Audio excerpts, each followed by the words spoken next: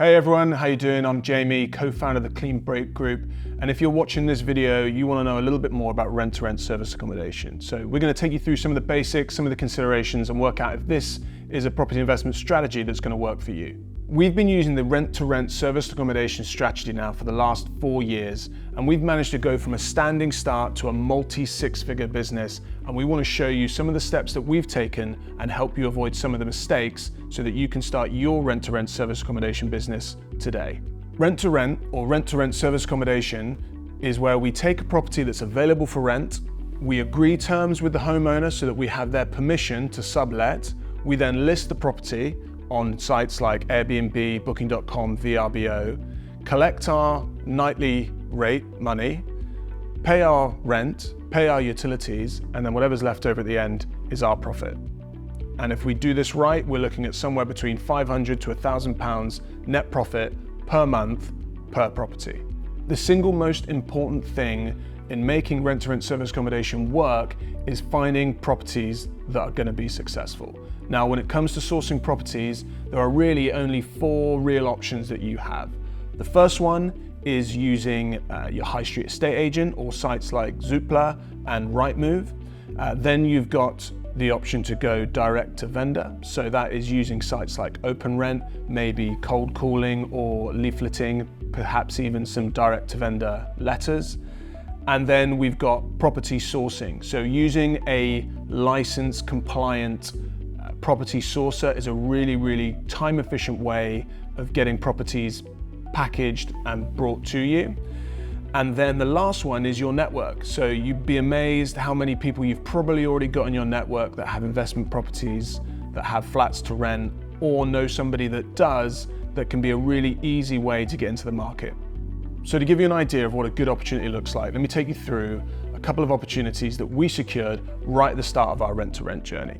The first one is a 4-bed property, £1,600 per calendar month. We pay roughly £500 in utilities and council tax, and then each month we pay approximately £500 in OTA commission. That's to people like Booking.com and Airbnb, and then we pay an additional £500 in cleaning and linen fees. Now, our average monthly turnover for that property, blended over the 12-month period, is just over £5,500 a calendar month. So you can see, once we've deducted those overheads, we end up with a net profit in the region of £2,300 per calendar month. The next property I want to take you through is a 3-bed property we secured at a rent of £1,200 per calendar month. Now again, our rates and utilities were very similar, about £500 a calendar month. We pay again about £450 to £500 in OTA commission, and again another £400 to £500 in cleaning fees. Now the gross turnover for this property is slightly less, about £4,500, but it still means that we're able to secure a net profit each month of over £1,500. So that is just 2 examples from a portfolio of over 20 properties. So you can get a real snapshot there of if you pick the right properties in the right areas, this can be a really profitable business strategy. So with rent-to-rent service accommodation, there are some classic pitfalls that you want to avoid. And I want to take you through some of the big ones and help you navigate them when you start your own rent-to-rent service accommodation business. So one of the major pitfalls that people fall into is not picking the right location. So it is absolutely critical that when you start this journey, you are using an area that is going to be successful. And there's a couple of key factors when it comes to picking that area. It might be, is it a university town? Is there a lot of corporate trade? Does it have a lot of tourism? And there's other factors that affect that as well. So getting the right area is absolutely critical. And we've got all the tools to help you analyze your area, then find the specific part of that area to make sure that when we start our rent-to-rent business, we've mitigated as much of the risk as we can. The next thing to think about when we're picking our properties is the layout.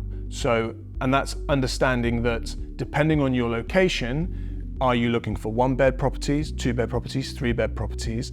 What is the layout that is going to achieve the most revenue or the highest occupancy rate in your area? For example, if you're in a corporate area, you might be looking for slightly larger units, 3 and 4 bed units to house multiple workers or people coming into the city.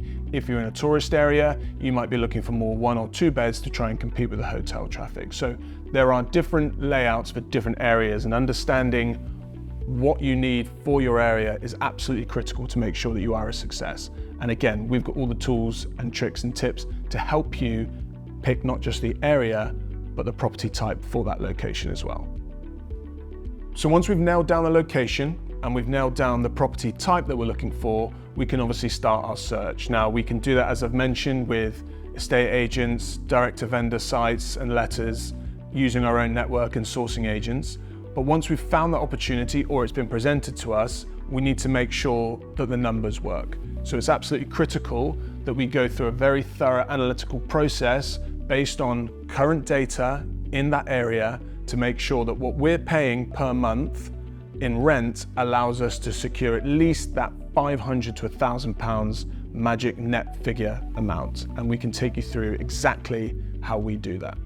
Now we have our property at the price that works, in a location that works, we need to make sure that the legal requirements are satisfied. And that means making sure that our tenancy agreement and everything that wraps that agreement with that homeowner or landlord is absolutely watertight, to make sure that not only you're operating legally, you're compliant, and therefore you're protected, the homeowner's protected, and equally any of your guests are protected when they come to stay at your property. You're also going to need to make sure that you're compliant and registered with organizations like the ICO, and make sure that you are registered with a property redress scheme as well. These are all things that are absolutely critical to make sure that you're operating legally, compliantly, and to make sure you've got the right insurance cover to protect everybody involved. So the last piece of the puzzle is how we're going to manage our property or our portfolio. And really what you want to achieve is an almost hands-off automated process that means that everything from guest booking on multiple channels, guest communication, cleaning, maintenance, and all of your other tasks are completely automated, bringing your energy estate down to about 1 to 2 hours a week, making this a semi-passive income model. So if you found the information in this video useful, if you think rent-to-rent service accommodation is for you and you want to get involved, then take a click on the link below, join our community today, and let us help you build your rent-to-rent service accommodation business.